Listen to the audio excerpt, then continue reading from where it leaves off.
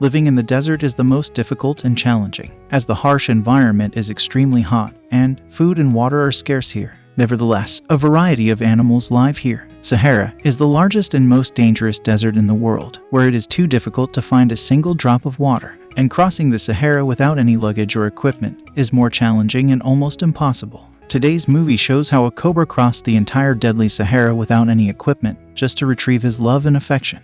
At the beginning of the movie, we see a group of caravans with their camels caught in a terrible desert storm. So, they take shelter in a place to make themselves safe and wait for the storm to stop so they can commence their journey. We then see Ajar, a desert cobra, and his scorpion friend Pit, who are both trying to steal a watermelon from the stack of luggage a camel is carrying. Pit is nervous about what they are about to do and tries to change his friend's mind, but Ajar is unrepentant in his decision to make away with the watermelon. The camel soon sees the cobra on it and begins to raise an alarm to alert its owner. Luckily, Ajar and Pit are unknowingly hurled away from the scene through the stampede caused by the camel. At another part of the desert, Ajar and his friend contemplate how to consume the watermelon which they now have in their possession.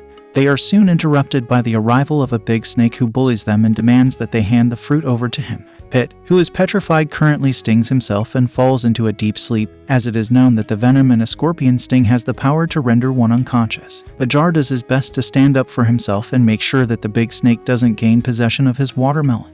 But as the law of natural selection would have it, Ajar is overpowered by the bigger snake and beaten into unconsciousness. This snake is also a cobra like Ajar, but is older than him and had shed his skin, while Ajar is a young cobra who hadn't shed his skin yet. Fast forward, Ajar and Pit arrive at the home of desert snakes. Here, there are different species of snakes and they have the desert and its rocks as their habitat. Ajar and his friend head towards where they would rest. They come across some snakes feasting on the watermelon which got from the caravans. They also see the big snake that attacked them in the desert, so they hide and gently crawl away.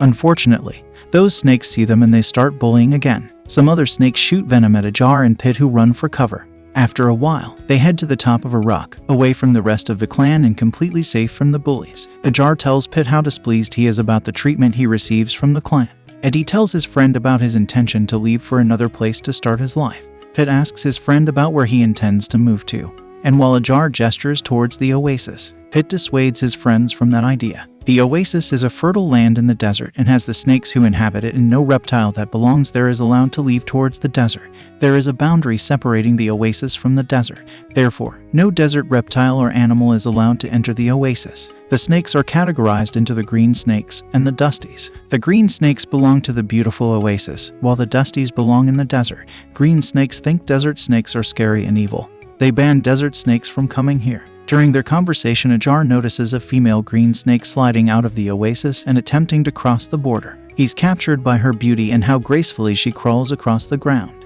Her movement is halted by the arrival of a giant secretary bird named Chief that stops her from going past the boundary and swoops her off the ground, flying back to the oasis. This bird is the chief sergeant of the oasis, charged with the sole responsibility of preventing the green snakes from leaving the oasis, and also the dusties from gaining entrance into the oasis. In essence, he protects the oasis and its inhabitants. Pit realizes it's not safe to enter here at all, because there are many such birds who are constantly guarding this oasis, so he tries to convince Ajar, but Ajar remains adamant. Inside the oasis, the snake who attempted to leave is returned home to her father. Her name is Eva and she is the second child and only daughter of the richest snake in the oasis. At home, her father reprimands her for trying to leave the oasis, pointing out the dangers outside and the brutality of the snakes in the desert, the dusties. He reminds her of her privileges and benefits of living in the oasis. Eva does not listen to what her father says and lets him know that she does not see a future in the oasis. She goes ahead to tell him that she feels suffocated and locked up in there. After bearing her mind, she breaks into tears, walks away from her father and collides with her delinquent brother Gary,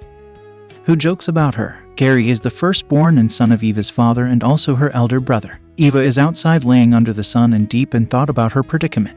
There is a small pool of mud, which she dips her tail into and uses to paint. While painting, she finds a brilliant idea. She realizes that she could change her color by dipping herself into the mud. That way, she wouldn't look like a green snake anymore, but a dusty. On the other side, towards the desert, Ajar is seen himself inside a swamp. The purpose of his doing this is to turn himself into a replica of a green snake and gain free access to the oasis. Pit warns him again, but as usual, Ajar doesn't listen. Reluctantly, Pit follows him. At the border, Ajar is met by one of the secretary bird, who is the security in charge of the oasis. At first, this bird was a little skeptical, but finally, he allowed them to enter the oasis. Ajar and Pit walk into the oasis, marveling at its beauty. They stare and wonder at the plants, the colorful butterflies, and the flowers that the oasis consists of.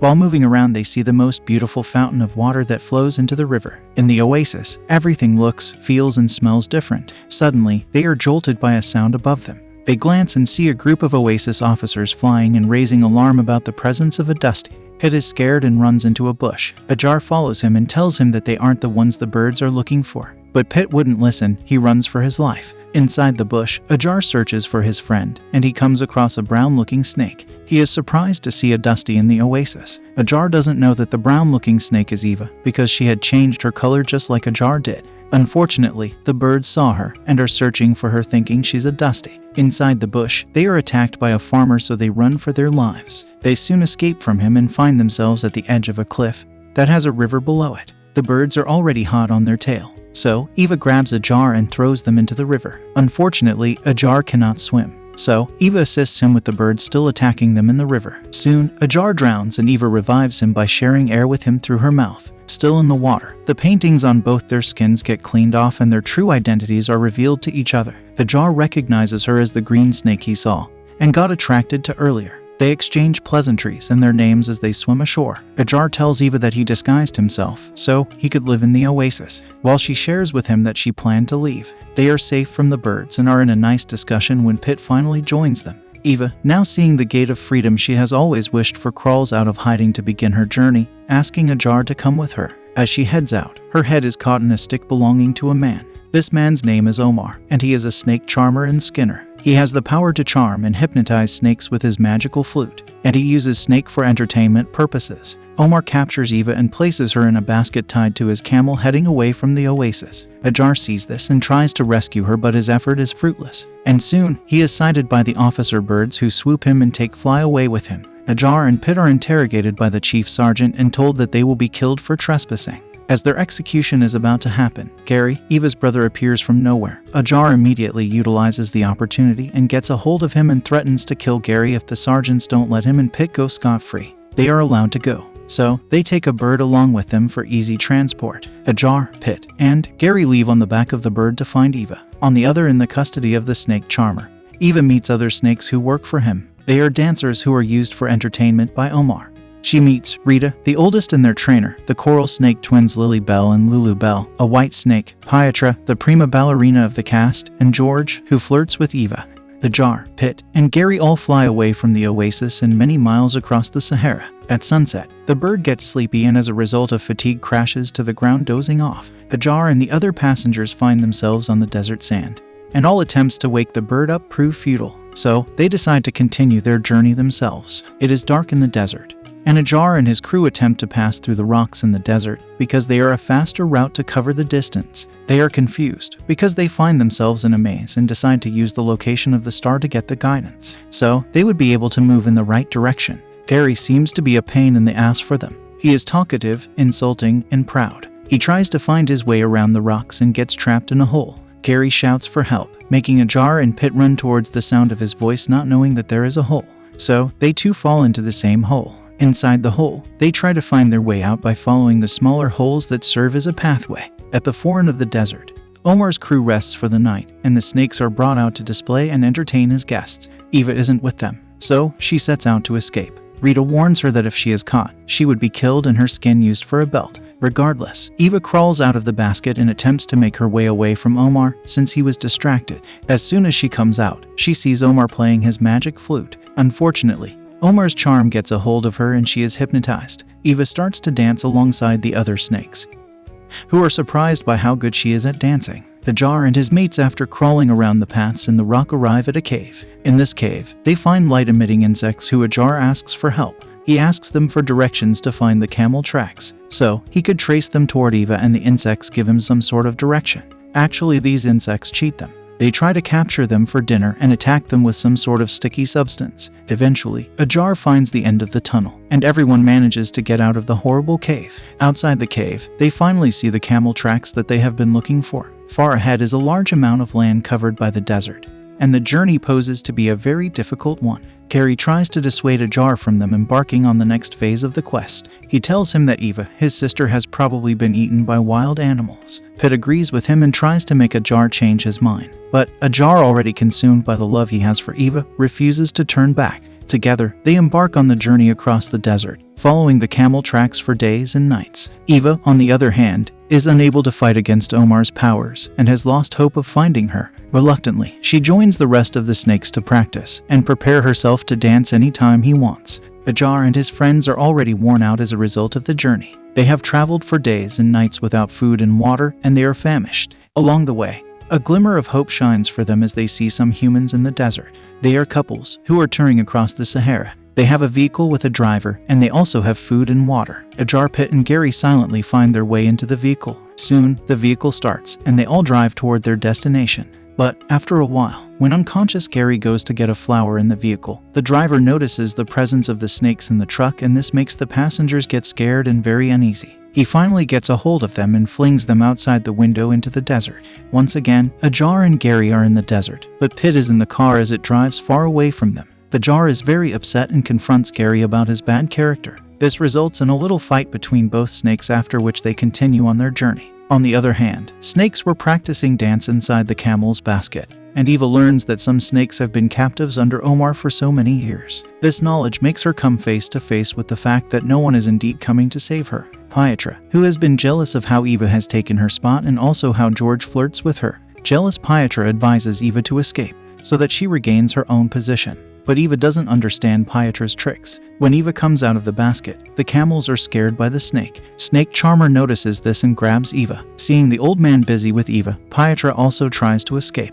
But escaping from the old man was not easy. She was also caught by the old man. Across the desert, there is good news for Ajar and Gary as they find a small oasis. They happily slither towards it to refresh themselves and regaining strength for their journey the next day. Omar arranges a dancing competition between Eva and Pietra and decides to spare the best dancer. Luckily for Eva, she wins the competition and she's spared. But Pietra is put alongside the snakes that would be used to manufacture belts and shoes. Pitt, the scorpion, finds other scorpions in the desert and tells of his adventure. He also tells them about his friend Ajar, who is searching for her. Pitt and the other scorpions overhear the tourists talking about dancing snakes in a village named Southville, and they are planning to go to that village. Pitt enters their vehicle to head there too. Back at the little oasis, Gary and Ajar discover a well that leads to Southville. They decide to swim through it. Ajar was a bit skeptical, but he had no choice, because a desert storm was approaching. They start their journey through the underground river inside the cave. On the other hand, Omar has arrived at his home in the village, with Eva and the other snakes, who he locked up in cages.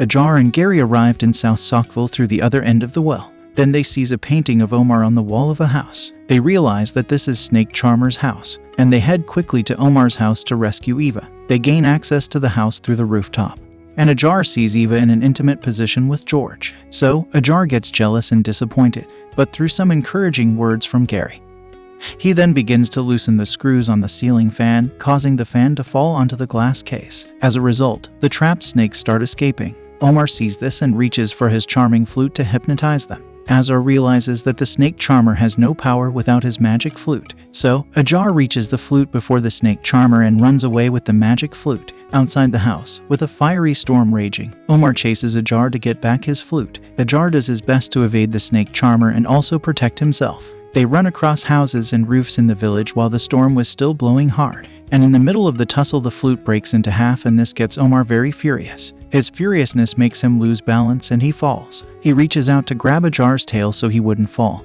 and it was in this process that Ajar shed his first skin. Omar falls to the ground as he no longer held Ajar, but his shed skin. Exhausted, Ajar falls unconscious on the floor. As the storm passes, Eva and Gary appear looking for Ajar and calling his name. They find him collapsed on the floor and are shocked because they feel he is dead. A few moments later, Ajar regains consciousness and they are all elated. He shows off his new skin, which hurts a little. Eva realizes that Ajar had crossed a desert for her, and the two kiss. But their happy reunion is interrupted by the appearance of Omar, who tries to attack them. Gary steps in to defend them, but Omar suddenly falls into a deep sleep. Everyone then realizes Pitt has paralyzed him with his venomous bite. It is a beautiful and heartwarming reunion as the old friends introduce each other to the new ones they met along the journey. Ajar, Pitt, Eva, Gary, and a few of their new friends travel back to their beautiful oasis in a tourist car headed toward the Sahara. And Dusties and Green Snake start living together as equals. And after that, this movie ends here with an important lesson that love is the most precious and we should take care of the one we love at any cost. If you love this video, please leave a like